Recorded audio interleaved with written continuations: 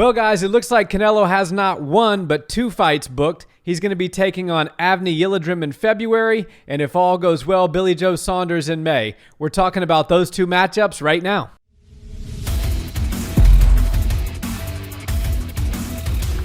What's up, Barnhill family? Welcome back to the channel. Yo.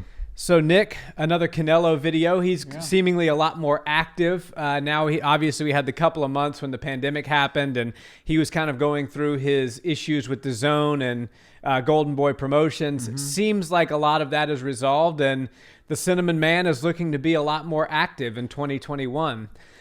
He's going to be taking on a Turkish boxer with a record of 21-2, Avni Yildirim. Not a household name, not a guy that's beaten a lot of big name people, but a tough fighter nonetheless. And then if all goes well and things happen the way that they are supposed to happen, he will be taking on Billy Joe Saunders in a showdown in May. Which is definitely a fight everybody wants to see. I do favor Canelo in pretty much every fight that he could possibly make in the sport of boxing as of right now.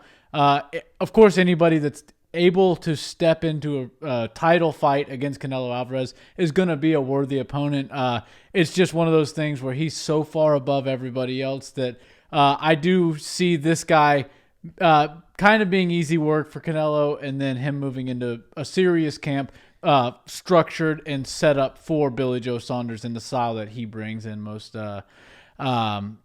importantly. I will say that Canelo is one of those guys where the sport of boxing is just better when he's active. Absolutely. And it seems like, we do get showings from him, but he's one of those guys that just wants to stay active and keep putting on great shows for his fans and keep gaining fans. And sometimes the sport of boxing, the industry itself, gets in his way. But I'm happy to see that we'll get a quick turnaround with him. Yeah, I love that he's taking his career in his own hands. Yeah. He's sort of taking a page out of his old nemesis Floyd Mayweather's book, right? The only loss on his record, and he's kind of following that model of he himself is a big enough star that he doesn't need a promotion to quote unquote promote him. Right. He promotes himself through his social media, through the various companies he owns, etc.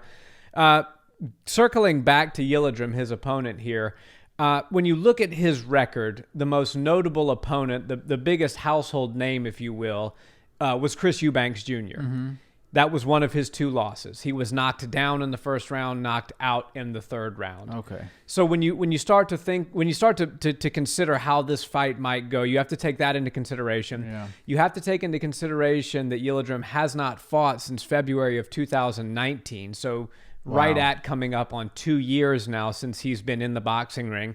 Obviously, ring rust is going to play a factor. Canelo has been a lot more active, and he is a plus 1,400 underdog. And I will just make the comment that and I don't believe that Canelo is overlooking Yildirim. Canelo and his camp, Eddie Reynoso and those guys, they are an absolute professional class act. For sure. And they take, whether he's getting in there with Billy Joe Saunders or with a broomstick, they're going to take the camp seriously, and they're going to have him well prepared. But I will just point out that plus 1,400 odds for an opponent is the exact same odds that a friendly, chubby little guy named Andy Ruiz was given to beat Anthony Joshua the first time, and he was sort of touted as a tune-up fight for a bigger showdown, and we all know what happened there. This is the sport of boxing. It is a dangerous sport, and anything can happen. I do think it'll be different, though, because Canelo, I believe, is a much better technical boxer than Anthony Joshua is, and I believe that he's going to be better prepared than Joshua was for that first fight. For sure. And you have to give a lot of credit to Canelo and his team.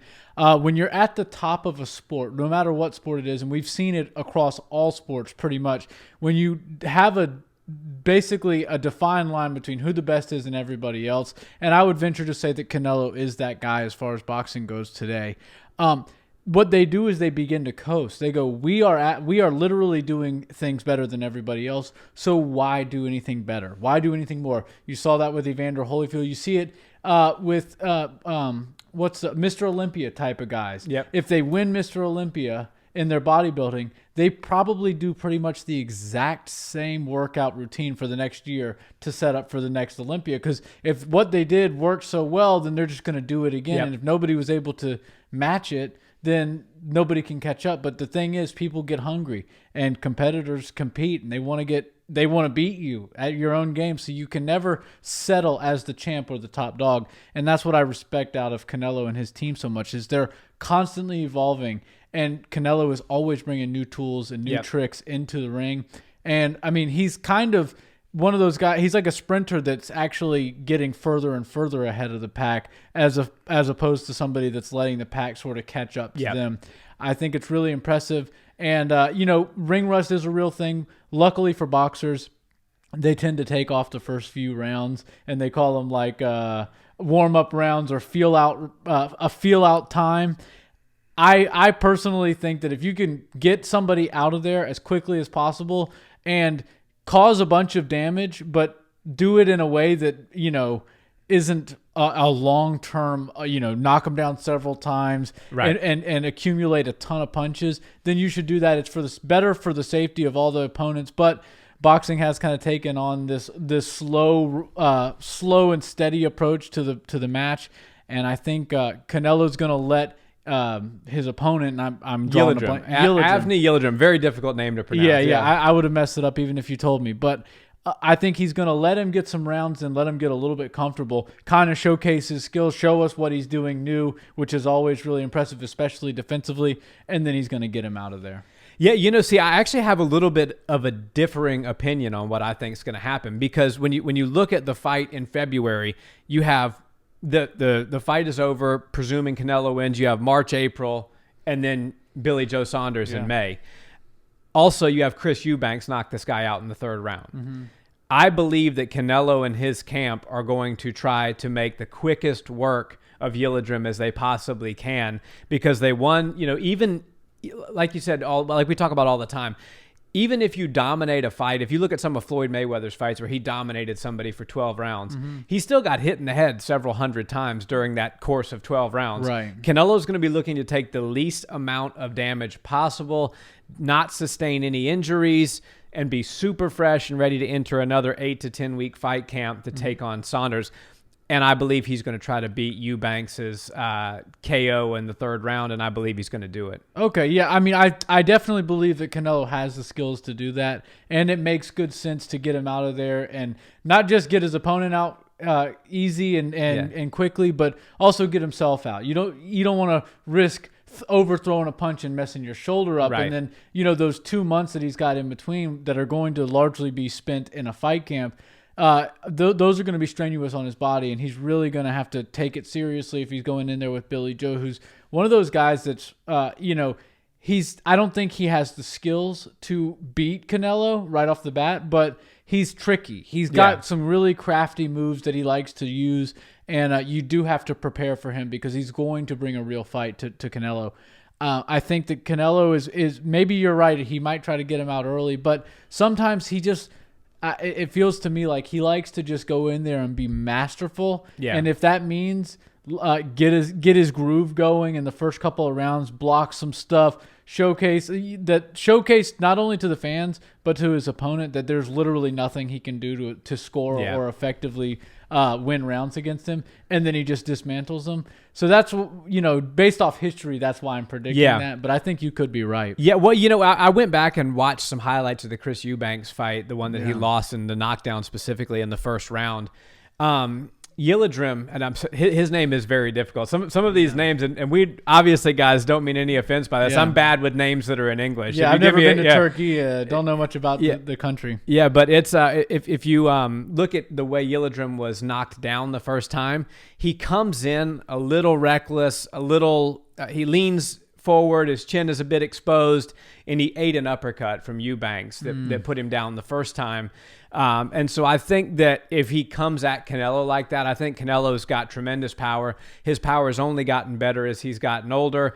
We know he's a masterful defensive boxer, but he is a true Mexican fighter. He knows how to slug it out as well.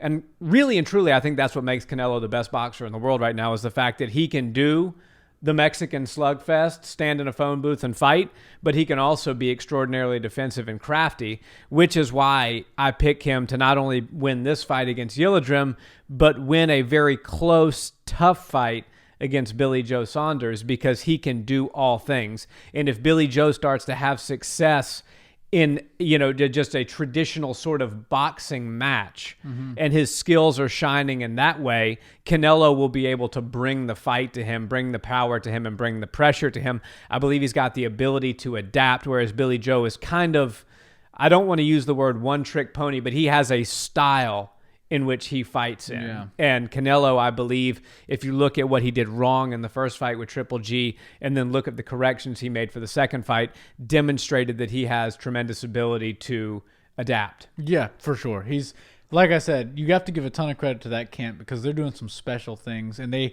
have not only one of the best athletes on the planet, but they have the best boxer in the entire game and really in the entire world.